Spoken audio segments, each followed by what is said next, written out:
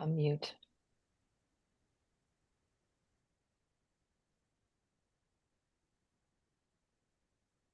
We're almost there.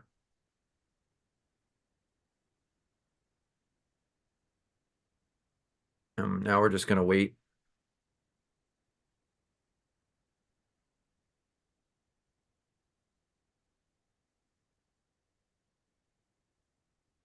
Okay, we're just going to give 10 seconds real quick just to make sure.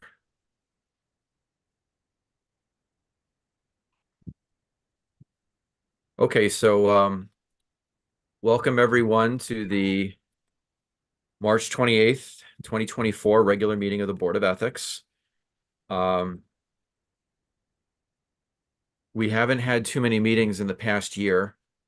So first, welcome to our new members, Anne, Michelle, and Catherine. And hello again to Pat. It's been a while. Has been.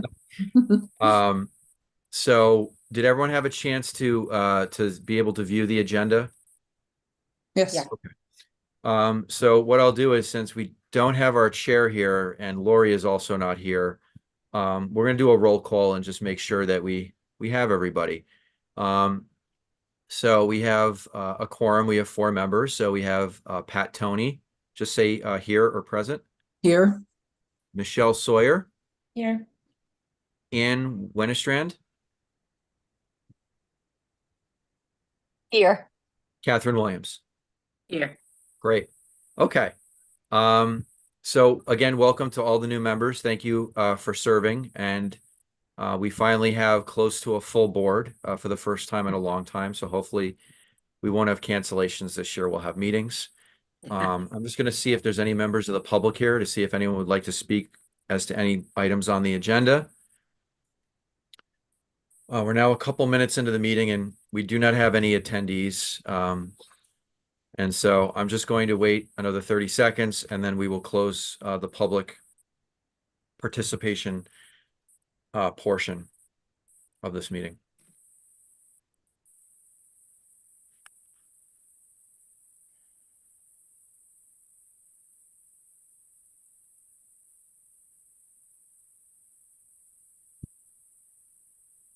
Okay, we still don't have any attendees, so I think it's safe to close public participation.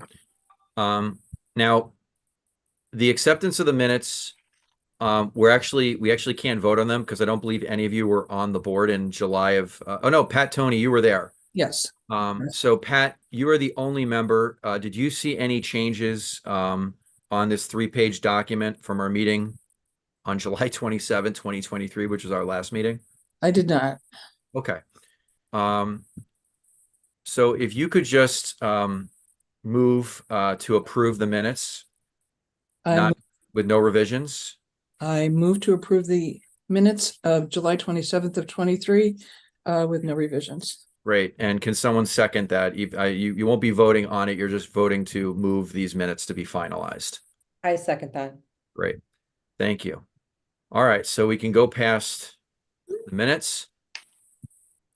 And just so everyone's aware, if you wanted to see what happened at other meetings prior to this one, all of our meetings can be found on YouTube. And if you have difficulty finding them, please just let me know and I can send you the links. All right, so now we're on to old business. And the old business is to discuss the draft slides for concerning the education and training program that we're going to be putting together. So the plan is that we still have 4 slides left, which were attached to the agenda. When we're done doing them all, at the following meeting, I will put all the slides up so that members who were not there can take a look at all the slides. And in fact, I'll send them to you in advance. So you could take a look at all the other slides.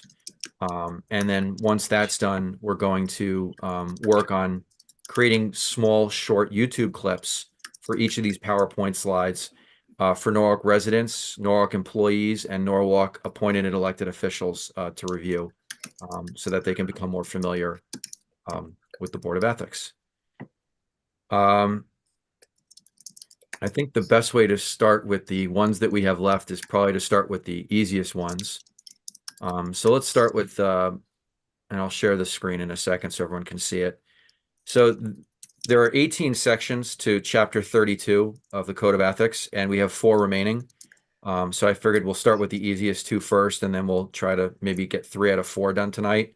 3212 is extremely long. So let's start with 32.9. So this is concerning specific violations, and you can see from our last meeting that where we discussed this, that this is a 2-page document. So I'm going to give everyone an opportunity to look at the first page, and you can see the suggestion that's in red. And why doesn't everyone take a look at it and let me know when you're ready, and I will move on to the second page for you all.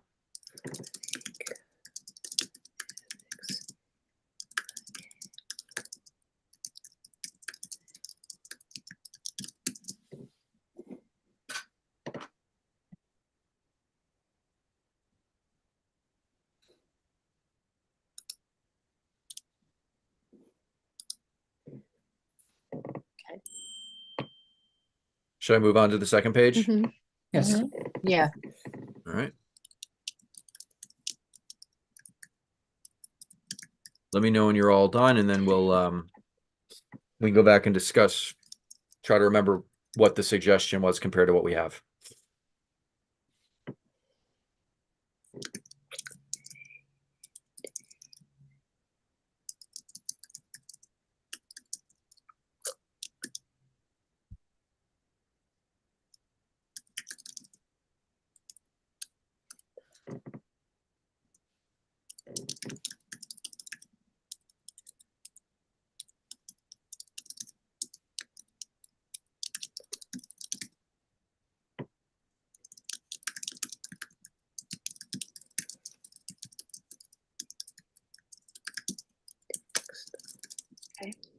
Okay. So, I mean, as you can see, and then I'll leave it, I'm going to set it up and then I'll let you guys discuss it.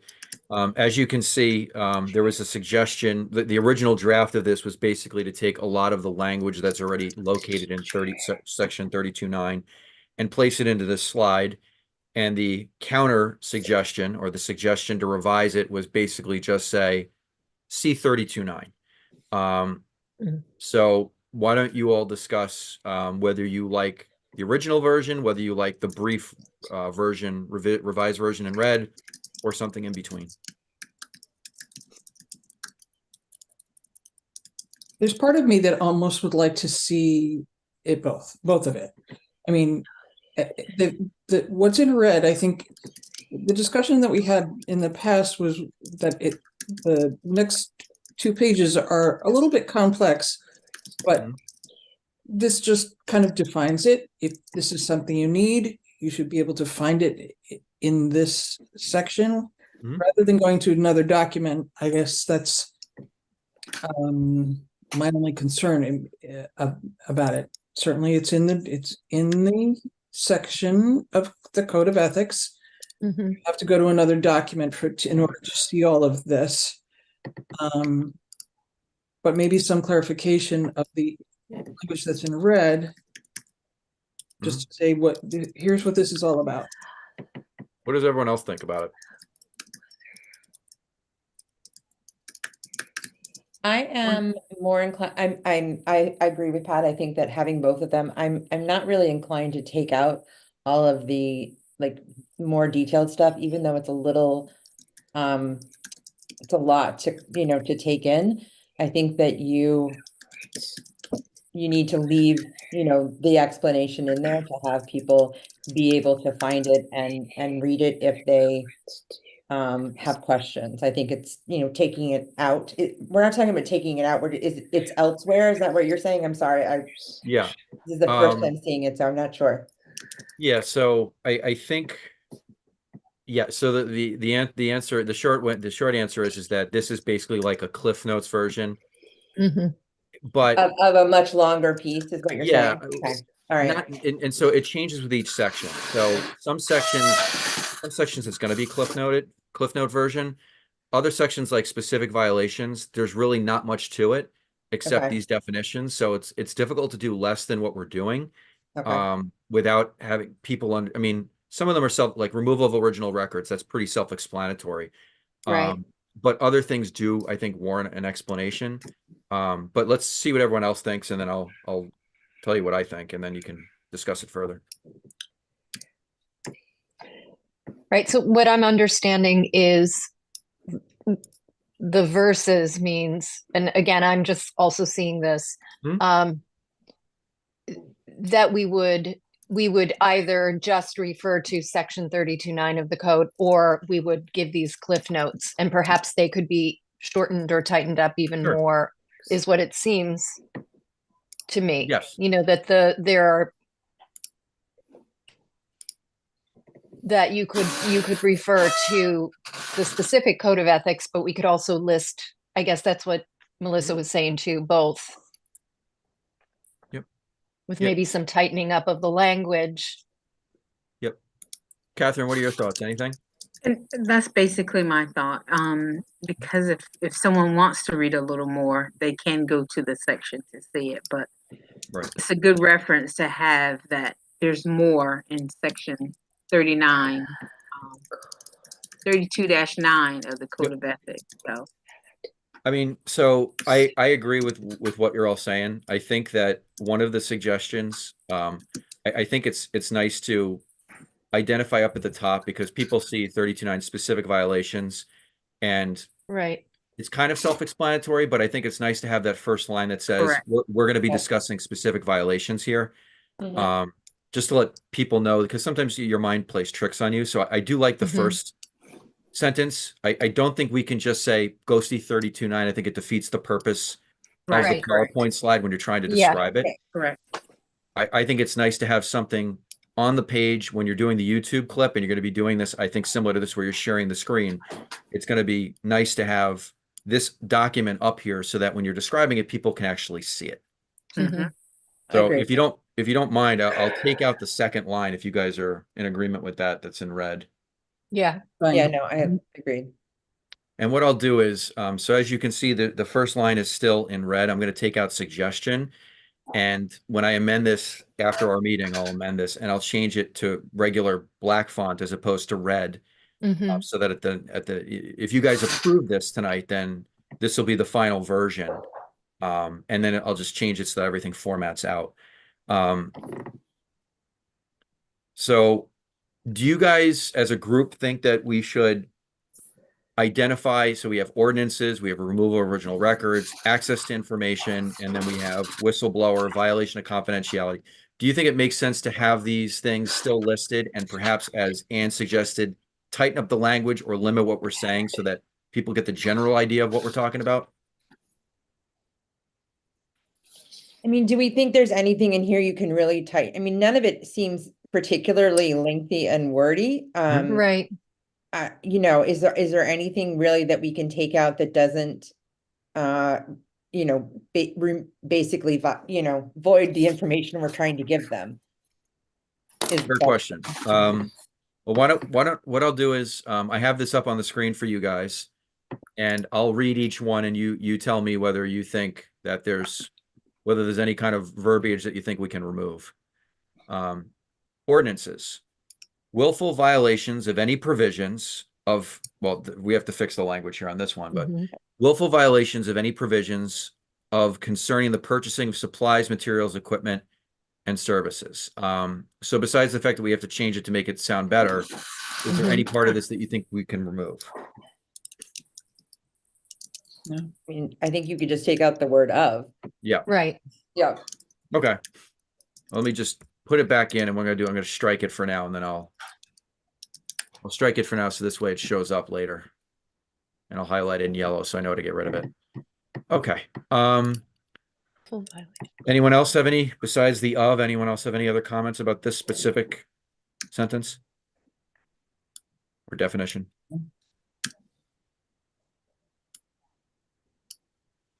That seems succinct. Okay. All right, next. Removal, let me just stop this for a second, and let me just pull up 32.9 just to, just want to make sure that we didn't omit anything, because I didn't put these together, prior board members. Stage Prince. Does the stenographer have a question? Her hand is raised. Oh, hold on. No, I don't. My hand should not be up. Okay, hold on. Oh, hand is no longer up. Okay. So 32.9, we have ordinances, removal of records. So it looks like they followed. So it's 1, 2, 3, 4, 5, 6, 7. And let's see if we have 7 here under 32.9. Me too. 1, 2, 3, 4, 5, 6, 7. Okay, great. All right, so let me share the screen again and we'll go to the next one. Share screen 32.9. Okay. Removal of original records. No officer or employee or former officer or employee shall take for personal or other non-city use any original records, files, or documents belonging to the city. With authorization, copies of non-confidential documents can be made available to the public. I don't know that we need the second sentence, but you guys tell me what you think about what I just read. What you read, Brian, sounds clear, the first part. I would agree that probably that second bullet point is not needed. Okay. Does anyone else think something else other than what Anne has said about that second bullet point under removal of original records? No, it almost doesn't even, because it's talking about the public, not officers, employees, so it's almost not even relevant to that sentence. Right. Okay. Let me, all right. And just so you guys know, in terms of, procedure, when we're done making all the edits to this specific PowerPoint, we will then have you guys vote to say that these are the changes that you want. Okay. Access to information by Board of Ethics. No officer or employee shall deny access to information requested for an investigation or public hearing unless such information is exempt from disclosure or otherwise privileged under relevant federal, state, or local law. What do you guys think about that sentence? And I can give you a little bit more background on what they're saying here if you don't fully understand what they're talking about. I actually think that it's a good statement Okay. and necessary. Yeah. So just because we have a lot of new board members, Mhm. so basically the information that we're talking about is when an investigating panel has been impaneled as a result of an ethics complaint. And in that situation, 3 members of our Board of Ethics would perform an investigation and would request documents and request to speak with witnesses or people with information. And so that's talking about somebody, no officer or employee withholding the information from the board when they're conducting this investigation, which is mandated in our ordinance in Chapter 32, specifically Chapter 32.12.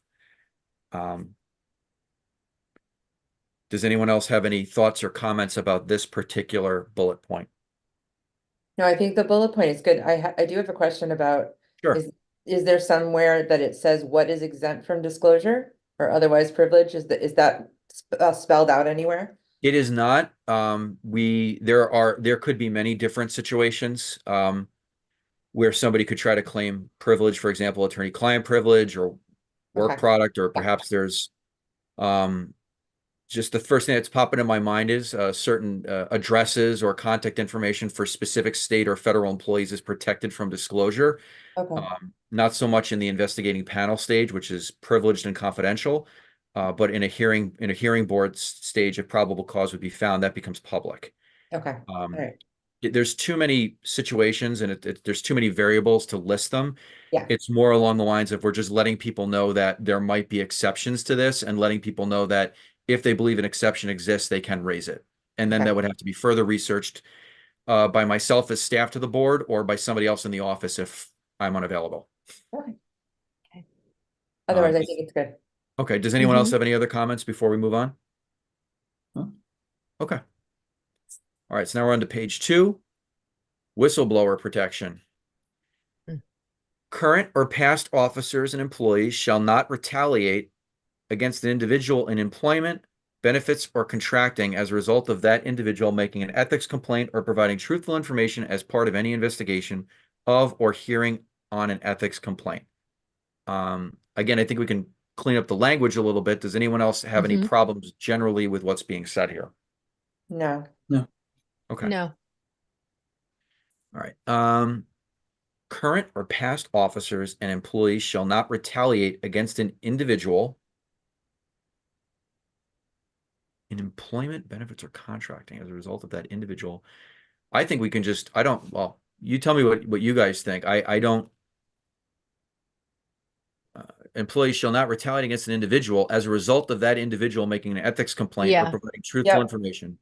Do Yeah. you Yeah, want to get rid of in that's employment, better. benefits, or contracting? Yeah. Yeah. yeah, this- because retaliate, you're gonna have to retaliate at all under any circumstance, so. Right. It's not, Exactly. I don't. So does so with the I highlighted thing that has been struck out, does anyone have any other changes that they would like to make specifically to whistleblower protection?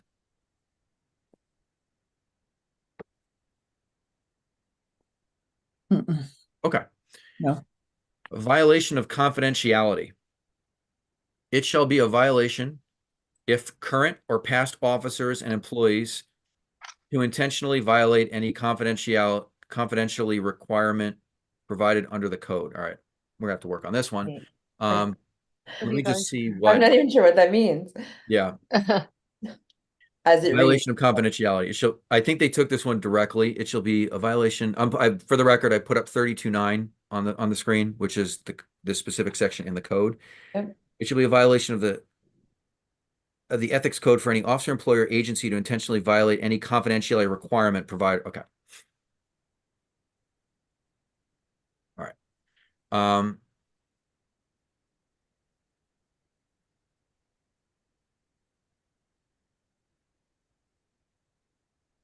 Shall be a violation For current or past officers and Yeah. employees.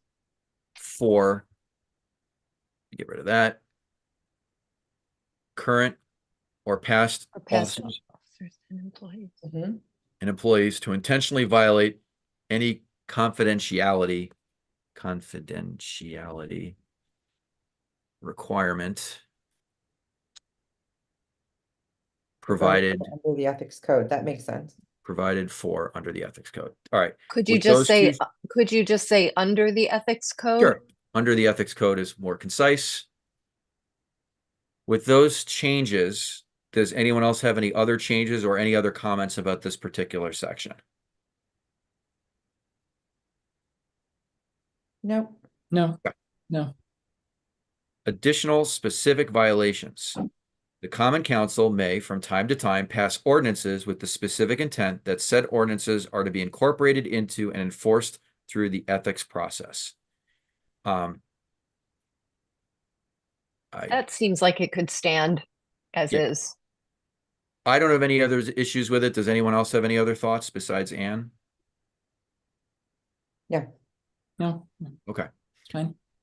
Examples only. Violations of the code are not limited to the specific examples listed herein, may include other circumstances and actions that contravene the purpose and intent of the code. So basically what that's saying is what we've told the ordinance committee when we were going through the entire revision of the code of ethics, is that we cannot identify every single violation of this code.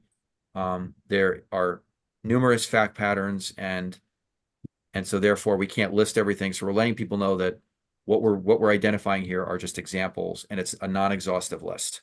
Mhm. Does anyone have any issues with this last bullet point? No. No. Okay. So based on the fact that all of you have had a chance to take a look at, and I'm just going to highlight this first section too, so that I don't forget about it, to change that. With those changes that we have identified, whether they're additions of language or the striking of language through strikeout and also through yellow highlights, does anyone want to make a motion to approve the changes to the PowerPoint slide 32.9? Following, if you do approve it, I will send you all an updated version of this after I make the changes. Does anyone want to move that, make a motion for that? I'll make a motion for, to approve the language changes, in 32-9. Does Specific. anyone second that motion? I'll second. Okay. And if you all agree, either say aye or yes, or raise your hands. Aye. Aye. Aye. Right, that's unanimous. Okay. Let me, I'm gonna just stop share, and then I'm going to save this one briefly. And then I will move on to the next one.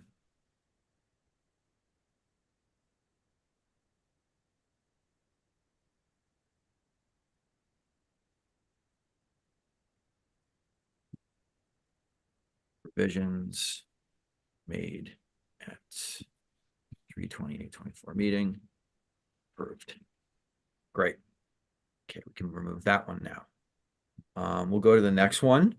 I will share the screen. Just make sure there's still no one in attendance besides the panelists and the stenographer.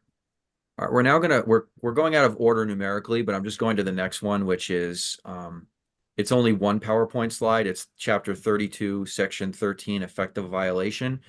I figure we'll start with the two easiest ones. And we'll see how far, if at all, we can get in 32.4, which would be the next one, which is, it's complicated, but it's much shorter than 32.12, as you probably have seen. It's 32.12 is like 10 PowerPoint slides long.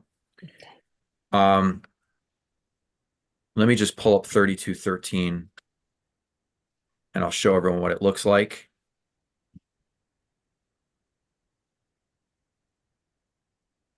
Okay, I'm going to share my screen and just show you what it looks like in the code before we move on here. There it is.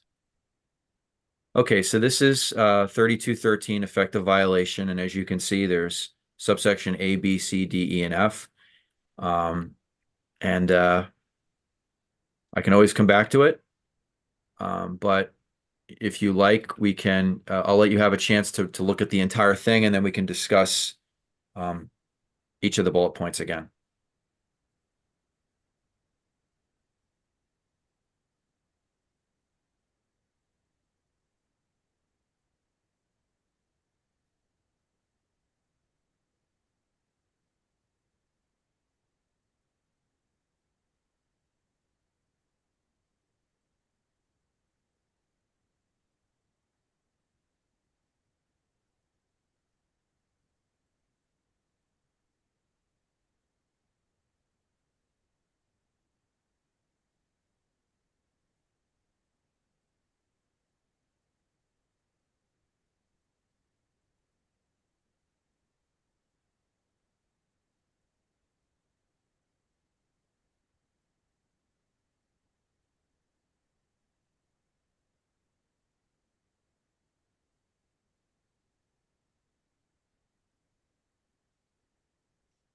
Is everyone good? Yep. Yeah. Okay. So we'll go through this again the same way we did the last one, and then we'll do each bullet point, and then we'll just move on. All right. So basically, this just talks about what happens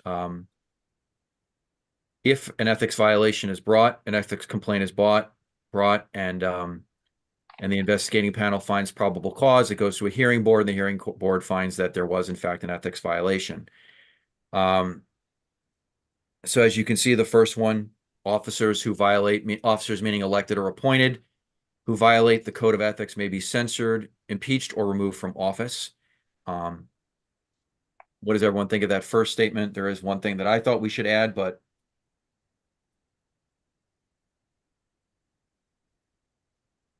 I'll let y'all digest that first.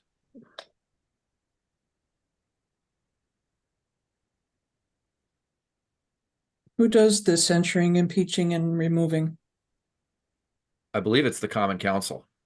Okay. Yeah. The Board of Ethics has to report back their findings afterwards. Okay.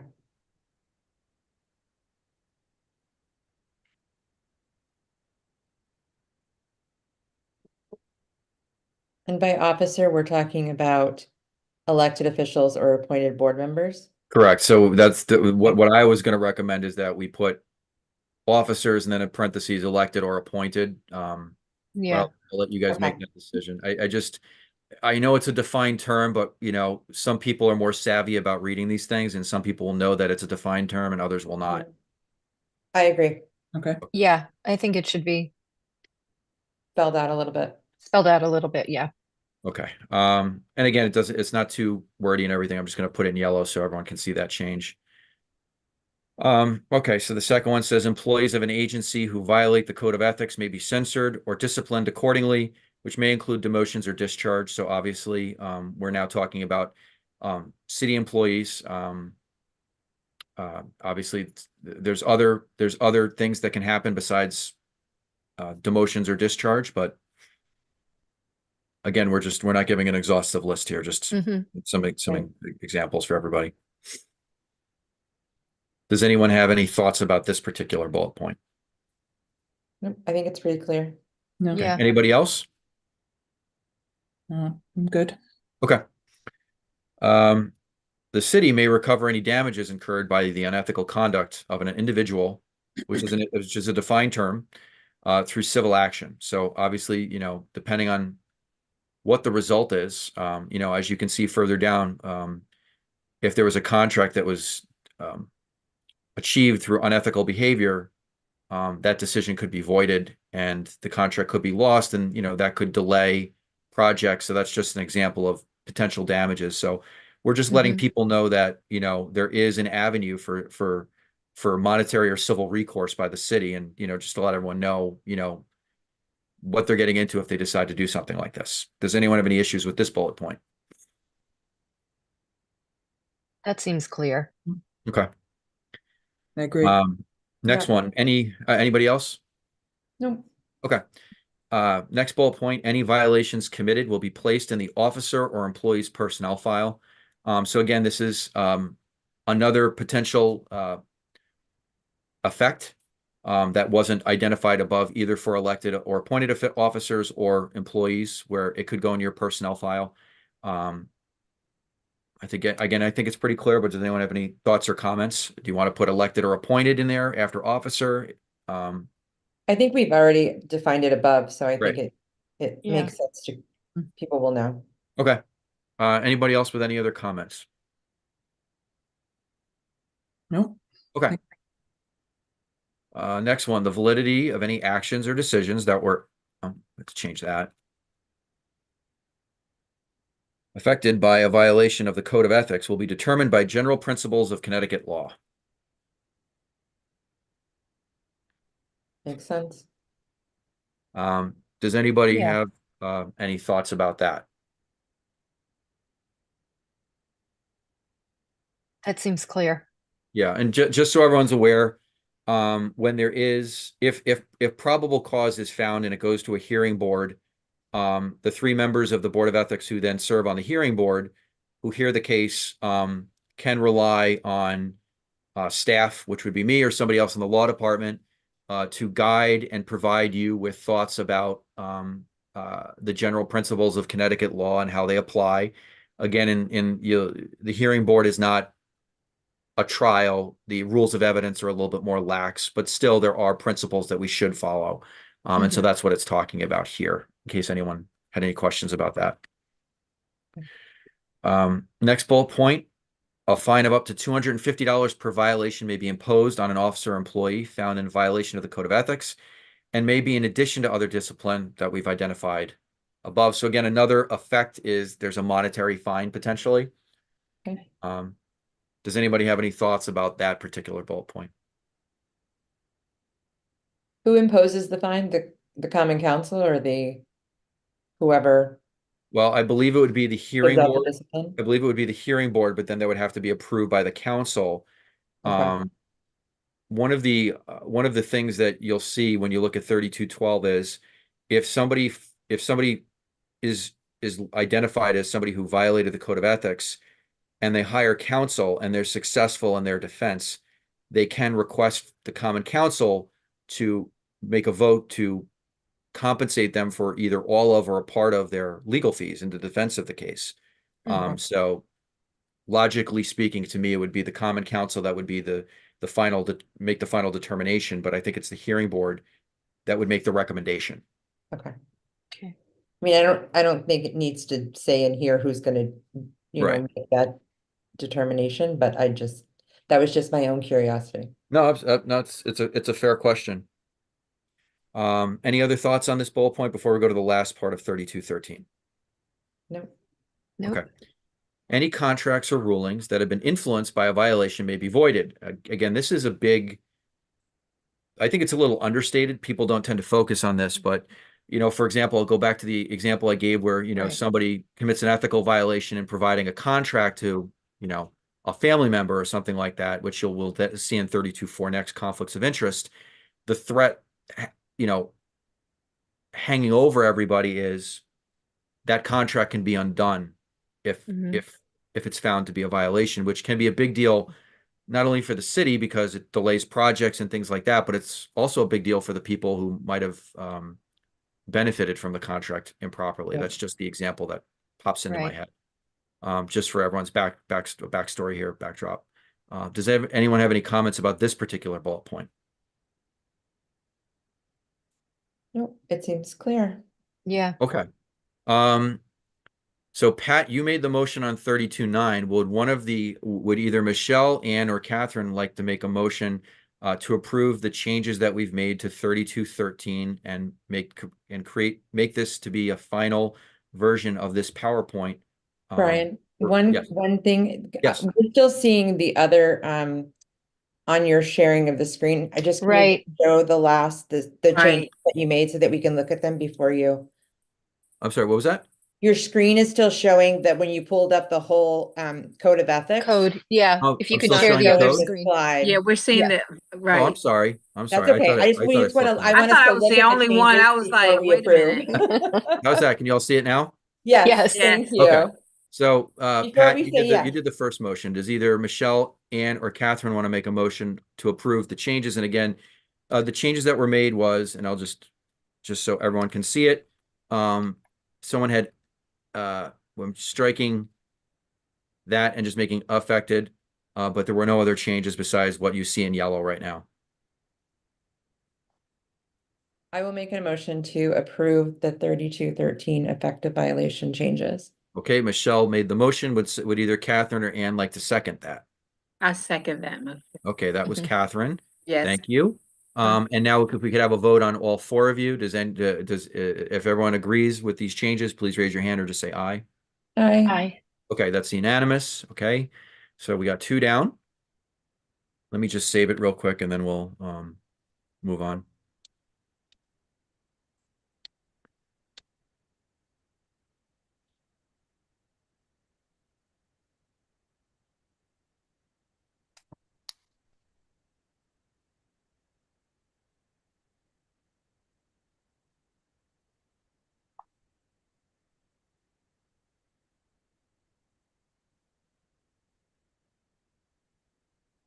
Okay.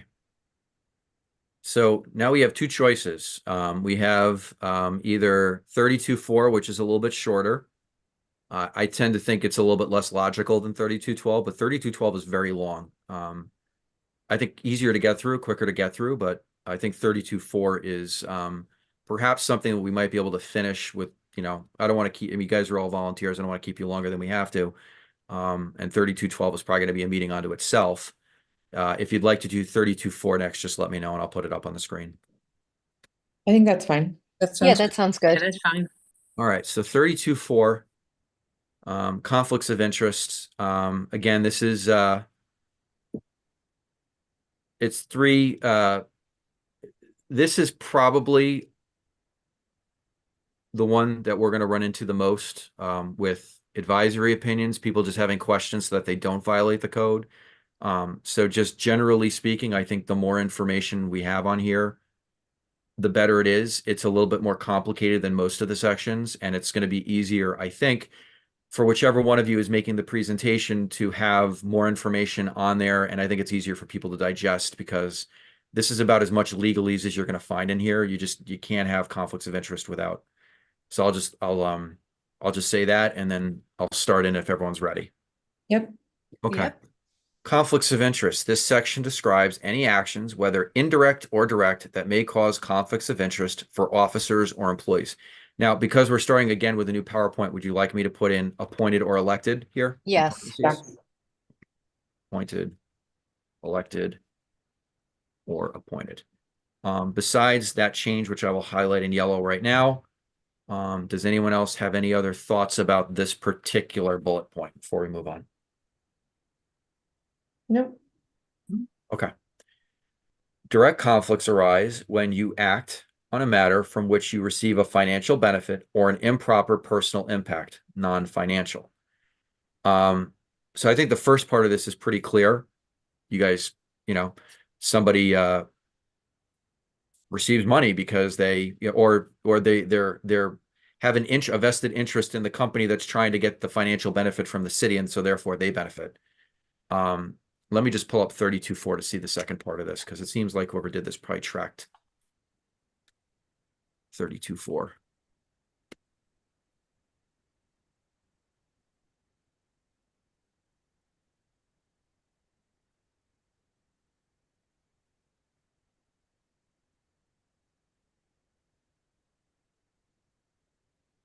All right.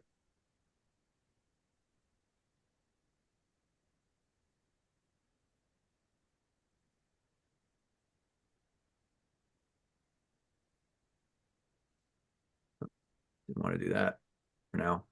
Let me just read you what 32.4 says quickly. This is from the code itself.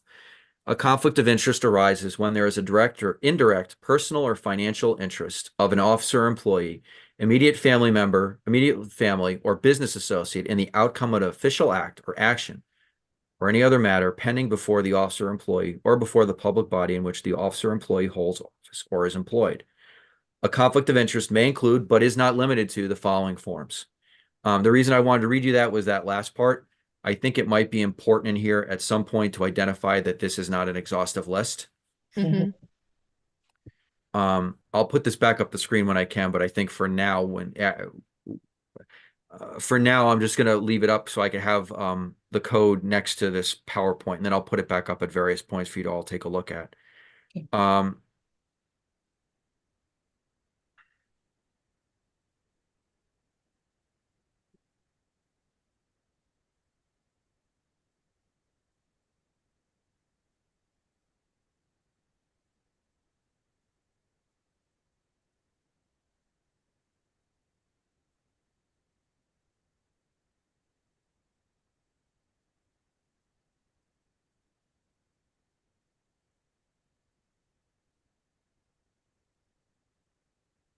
I'm drafting up something real quick, and I'm going to pull it up right now and see what everyone thinks.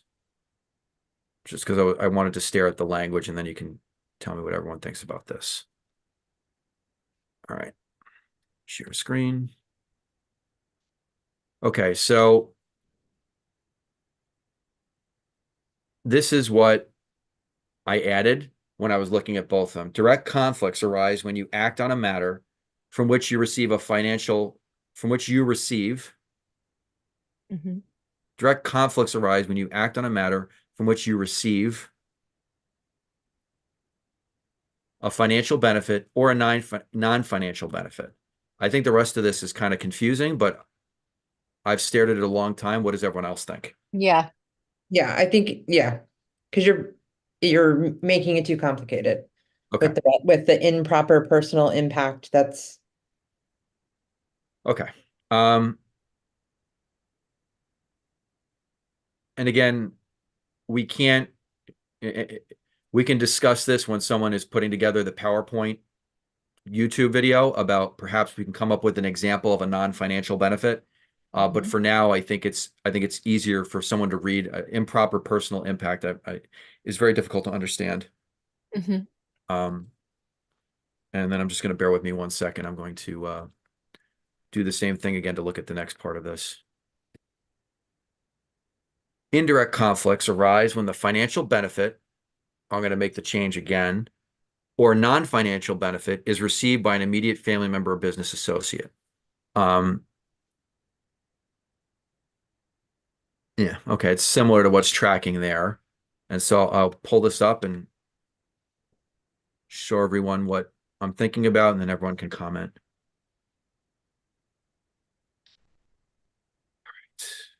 financial benefit or indirect conflicts arise when the financial benefit or non-financial benefit.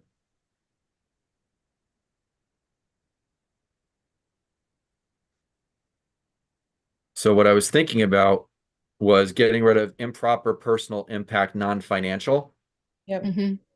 similar to what we did before, and just say indirect conflicts arise when the financial benefit or non-financial benefit is received by an immediate family member or a business associate. Is everyone okay with that?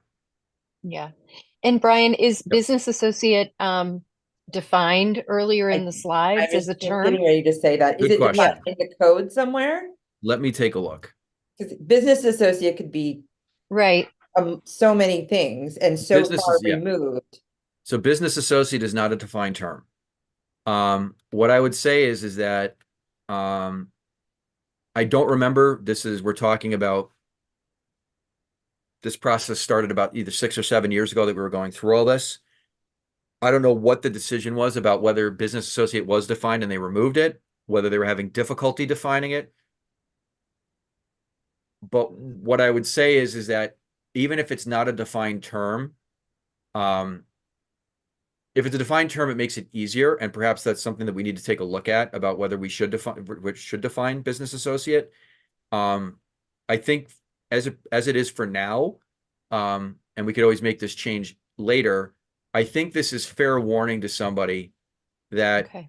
you know, for just as a very rough example, city employee has a business on the side. They're, let's say, a landscaping company, and they go to bid on doing landscaping work for the city, but it's not them doing it, it's their business associate. They never come to any of the meetings, I but see. then they vote. They're still, I mean, it's their business associate. They have a financial interest. So that's probably not the best example, but I think this business associate thing, although not defined, I think gives people fair warning that they have to be careful. So I think you almost just defined it by saying they have that person has a financial interest in it or some sort of interest in, I think that's almost, if we want to go the route of defining it, Yeah. like it almost needs to be like you're going to benefit from it in some way. So Right, whether financial or not financial, you're still Yep. gonna Correct. benefit, so it's I do just- agree. I do agree with everyone. I think that this is why it's always nice to have fresh people on and have new eyes and new thoughts. I think it's a good idea to define business associate at some point in the future. We can certainly start the process. Just so you know the process, we would make a recommended change, which would be the definitional section. We would then have to make subsequent changes wherever business associate is located in the code, and then provide that to the ordinance committee.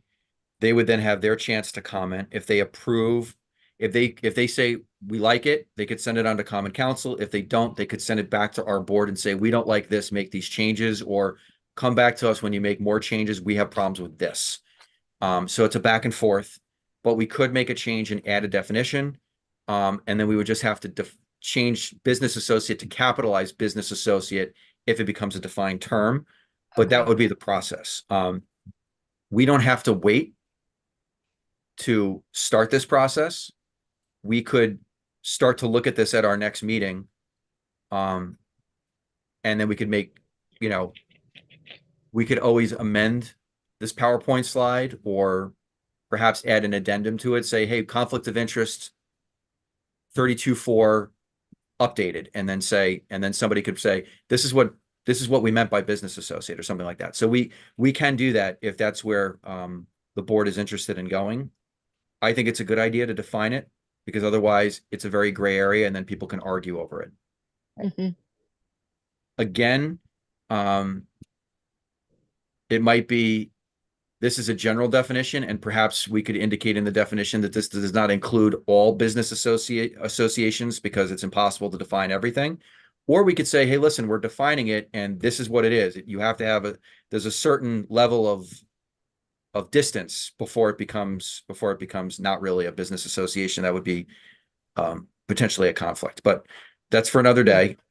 We could certainly talk about that, but yes, I do agree that perhaps it would be more clear if we had to define business associate as a defined term.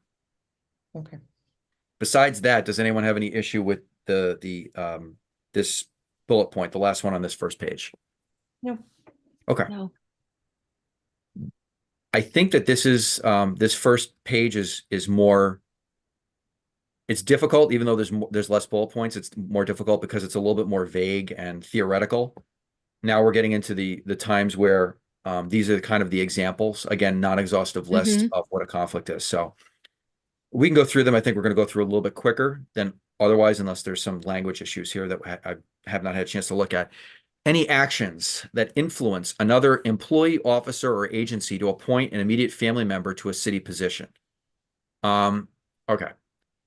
So we might need some context here. I'm just going to take it off screen for a second. I think we might need some context because, let's see, where is it?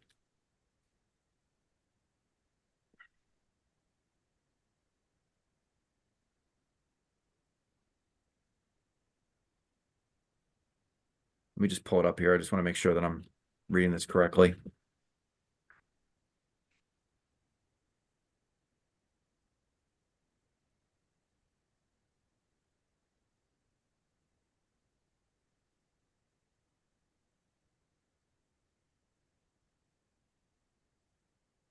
Okay, so the first two, I just want to double check that. The first two are not identified in the code itself. That's why I was stopping a little bit, because I didn't recognize them. So let's maybe look at these first two a little bit harder. Any actions that influence another officer, employee, officer, or agency to appoint an immediate family member to a city position. I don't have a problem with that, because that's nepotism or Yeah. quid pro quo, maybe. What does everyone else think about that first bullet point? I mean, I don't have a problem with it. What is, I mean, city position meaning, like an appointed board, or are we talking about an employment position? We don't really know, right? Yeah, I mean, I think Any, arguably any it could either position in the be, city, an employee? I think it could arguably be someone, potentially being appointed to a board or a commission. Okay. So that's sort of all encompassing then for city employees, boards, commissions, it's all encompassing language, so. Yeah, I mean, I don't think it has to be, yeah, Yeah, no, I think that's it's why I fine. wanted to look at this a little bit closer, because this one's not there. But again, it's pretty clear in the code that what the I think it's 8 examples we're providing on our not exhaustive list. Okay. Does anyone have any other comments about or want to clean up this first bullet point? I don't think so. Okay. Yeah. Bullet point number 2, any actions involving personnel that would affect an immediate family member, whether a financial benefit is obtained or not. I don't quite understand or know what that means. Yeah. Let me just double check and make sure that that's not one of the 8 and they just didn't take this out of order. I'll be back with you in a second. Almost similar to the first one. Yeah. I think it's a little duplicative as well, and I don't think it's as drafted as well.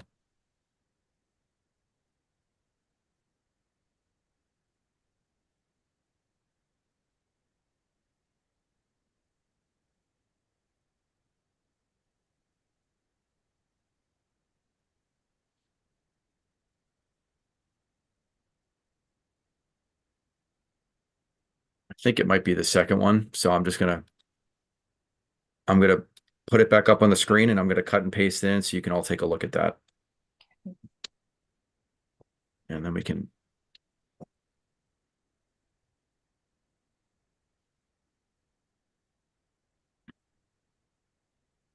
So just for the record, what I put in was one of the 8 examples of a conflict that we have in the code.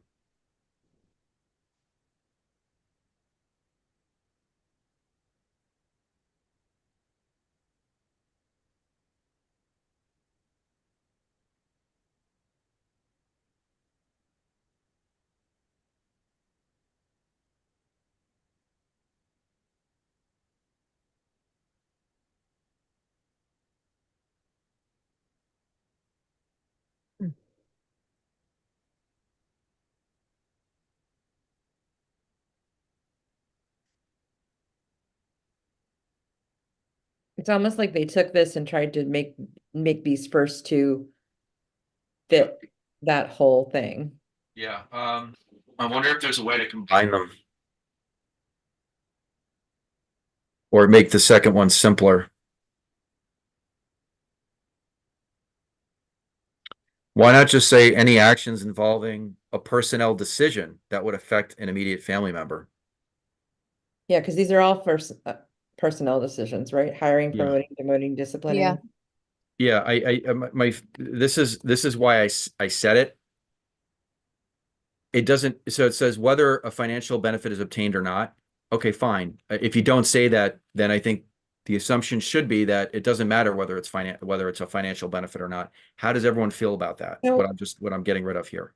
Here's I think that that's fine. The only other thing that I would say Yep.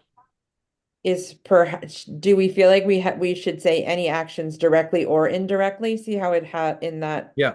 What No, you cut and that's- pasted, Mhm. because then it sort of encompasses, whether you're directly Right. or you influence someone else to do it, it's the same. Then that, that speaks to the first bullet here, because you're influencing someone else is the indirect way you would do that. And would you want to put any actions directly or indirectly in the first bullet point then as well?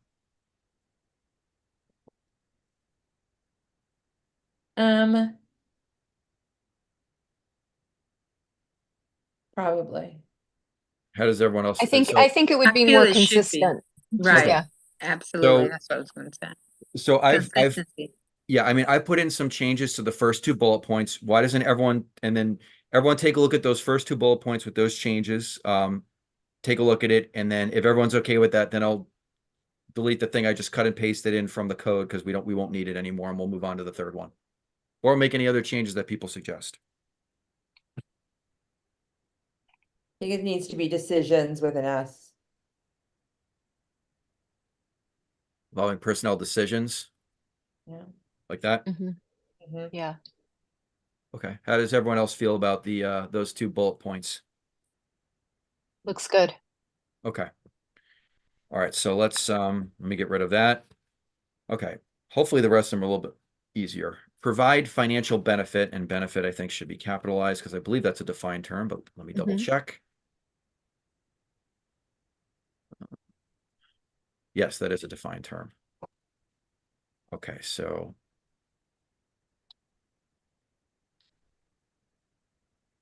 provide financial benefit, and we'll just strike that.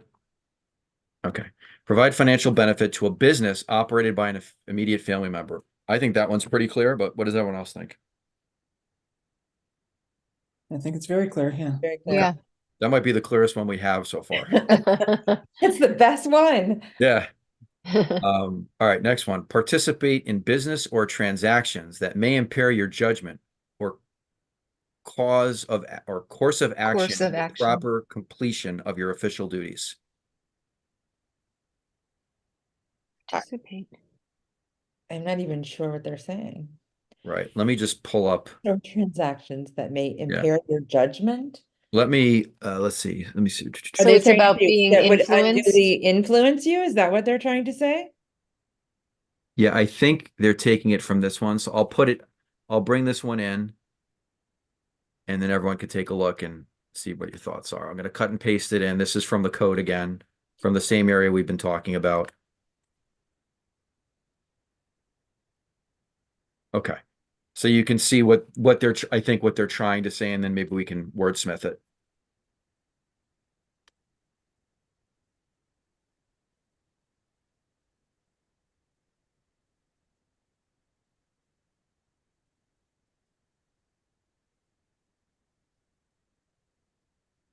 I think you can change impair to influences your judgment or course of action.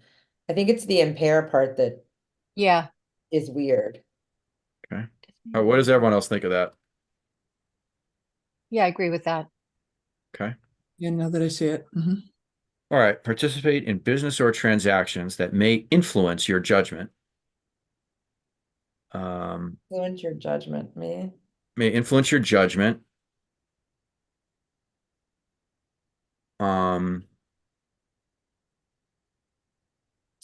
Or impair your judgment.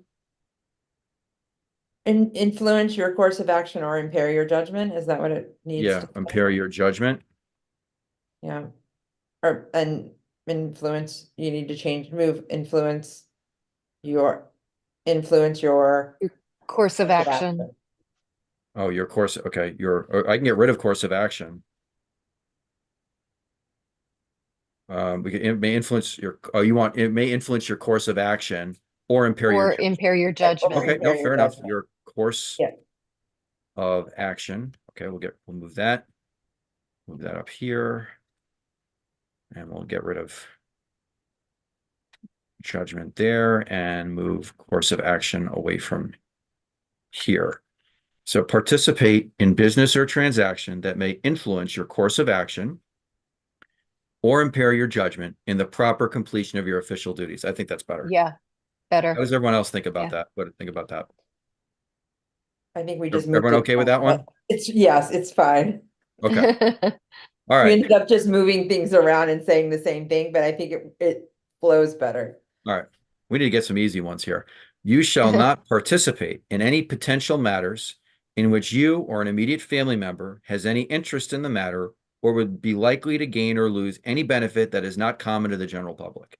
Okay. All right. Despite the Yeah. length of this, I think that's pretty clear. Yes, That is like textbook conflict of interest right there. yep. All right. Do you, excuse me, do you Yep. need the you at the beginning No. or We could think we just shall. shall? Because everything else starts with a provide, Yep. participate, shall not participate. Yep. Shall not participate in any potential matters in which you or an immediate family member. Okay. Yep.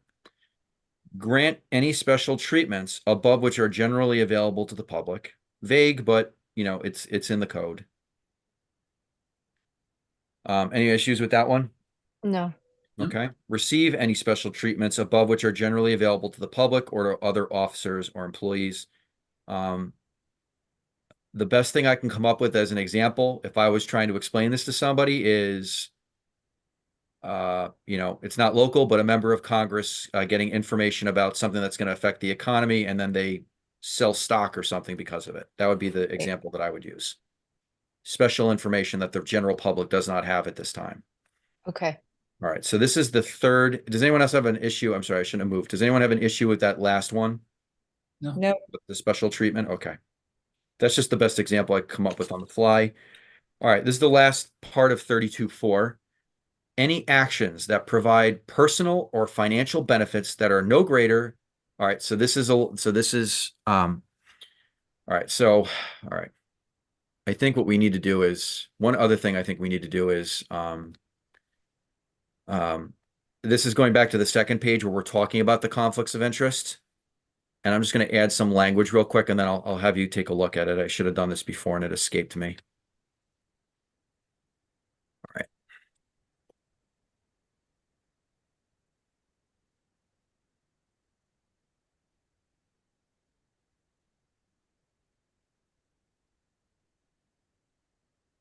Okay.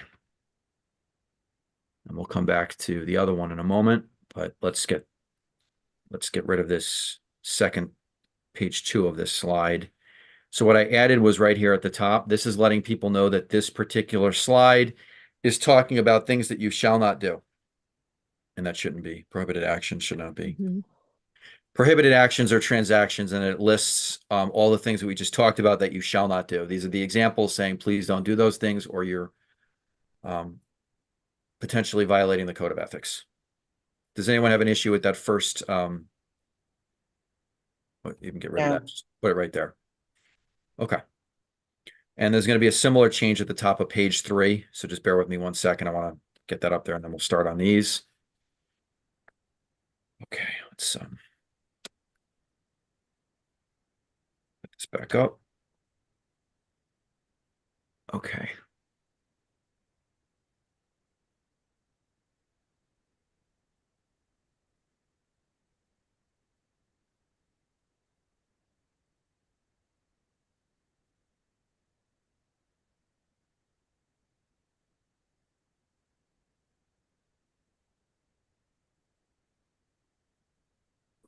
It's coming back up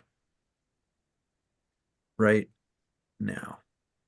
So this third page is when conflicts of interest do not arise. And so I figured we could just let people know that this is totally different than the page before. Any issues with what is highlighted in yellow?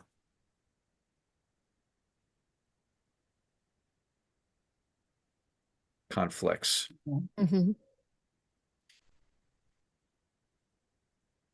Do And not, if not, then we can go on to the bullets. conflicts of interest do not Yeah, arise?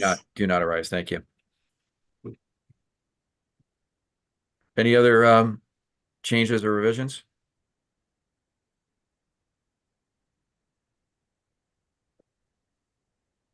No?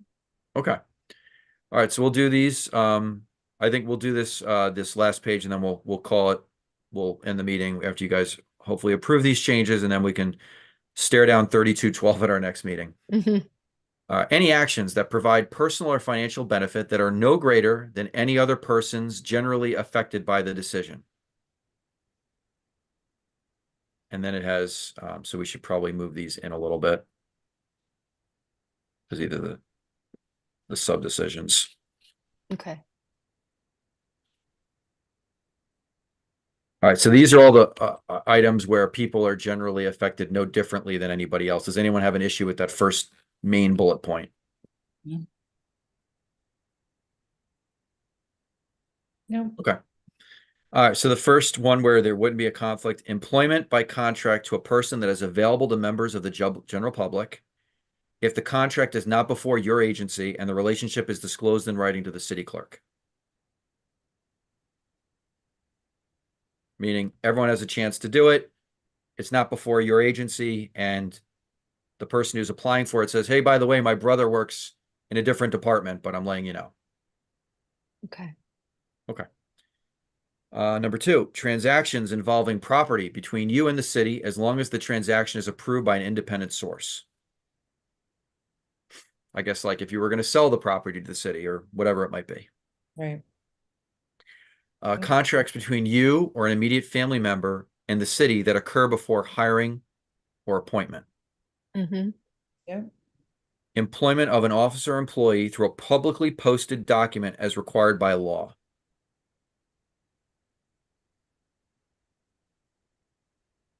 Yeah. Okay. Makes, Serving on the board of a nonprofit charity, provided that you make written disclosure of the relationship to the city clerk, and you shall take no action with regard to the nonprofit or charity. So this one ended up costing us a couple meetings when we were trying to get 32-4 approved by the ordinance committee, because many members of the ordinance committee and the common council serve on nonprofits, for example, like Lockwood Matthews Mansion. And so their concern was that somebody who's has insight and valuable information and can, is perhaps an expert in some field where the nonprofit needs help, and they're being hamstrung by this particular section. So that's why we had this in there, because members of the common council were concerned that they couldn't serve on nonprofits and they wanted to. So that's why Mhm. that's in here. Does anyone have an issue with that bullet point? No. No. Okay. Nope. Any programs or perks offered to you by the city?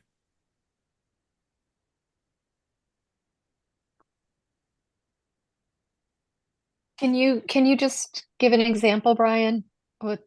Let me I was going to say of all of them, this was the one that I disliked the most. So let me just take a look and see if it's in the code. And I wonder, would it be something, that's offered to all members of the general public? I'm, yeah, okay. So this is so an officer, so section 8 of this particular subsection of 32-4 says an officer or employee participating in any program offered by the city to employees or officers generally, such as programs as discount purchase programs, health and education programs, or recreational events. I guess the example for some of us would be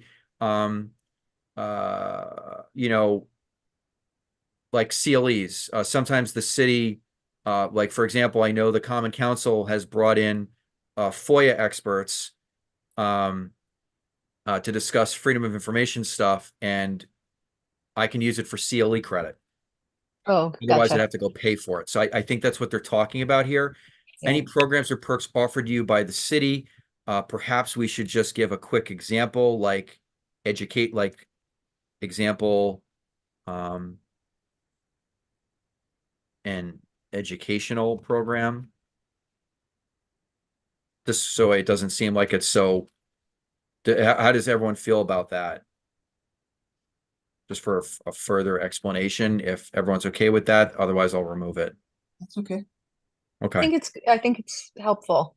Yeah, it's again, whenever if someone were to ask you about the code of ethics, I think one of the main things to stress, one of the first things to stress is that what is in there is not everything, and it's a non-exhaustive, when there is a list, it's not exhaustive.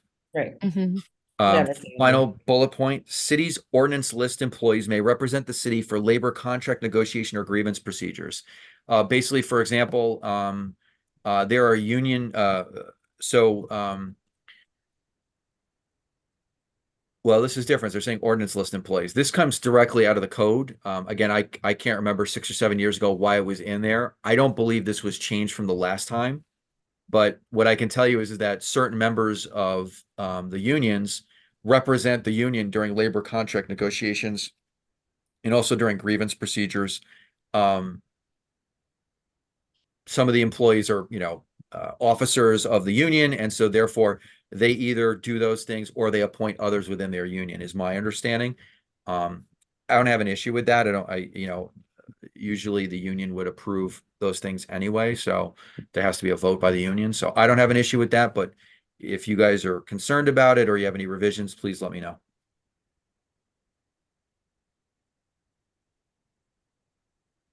I have no concern. No. So we have, it's a three pages, which you've all had a chance to read and comment on. And we have the proposed changes. The proposed changes are additions that are highlighted in yellow. Revisions are highlighted in yellow, and then we have a strike through lines on them, so you can see that. I think we've had Pat and Michelle. I'm sorry, can I make, we talked about earlier, when we started talking about this, putting in something that said that these are not exhaustive lists. Yep. Where, I mean, I might just suggest that where we've put, on the second page, the Right. titles that you've put in yellow at the top, Yep. perhaps next to those, you could put, not, some language that says that these are not all inclusive Right. or So let exhaustive me lists. pull that back up for you then. Sorry. Bear with me. I No, know it's you were ready fine. to vote, but we talked about that. I think we'd love to put that back in. No, let's make sure we get it right. I think we actually lost Catherine. Uh-oh. Yeah, we did. Oh, I don't know when we lost her. So we can't vote on 32-4. okay. But what we can do is, we have, already, when we had a quorum, I'm just gonna make it clear for the record. We had a quorum when we discussed 32-9 and 32-13. We have to find out exactly when we lost Catherine. If we lost Catherine very recently, then what I'd like to do at the next meeting is we have these highlighted in yellow. We can bring it back. When we have our quorum, we can have Catherine and the rest of you vote on to approve 32-4, but we can't do it right now because we don't have Catherine. Okay. So because we lost Catherine, let me just see if there's anything else here. Okay, so we're gonna need to adjourn, so we don't have a quorum, but can someone move to adjourn the meeting now that we don't have a quorum? Okay. I move to adjourn the meeting. Okay, and would one of you second that? Second that. Okay, and just for the record, I will forward to the entire board the approved changes that were made to 32-9 and 32-13, so everyone can see the final versions of those. And we will revisit 32-4 at our next meeting so that we can vote on that. I won't make any other change. I'll save the changes that we have. And we can revisit that very quickly, and then we can move on to 32-12. And that will be the last one. And then I will email you all of the proposed changes, and you all have a chance to read them and digest them. And then if anybody has any issues with any of those, please let me know. We can bring them up at the meeting after that and discuss discuss those and make any final changes that need to be made, or answer any questions you might have about them. But for anyway, I know it's been a little bit over an hour-long meeting, so welcome to everyone who's new. Thank you for your service. Thank you for those who continue to serve. I appreciate your time here tonight. I think we did a lot. We did more tonight than we've done in the last year. And I appreciate it. And I'll be in contact with all of you, and have a good night. Thank Okay. you. Thank you, everybody. Good Be safe. night. Bye. Bye-bye.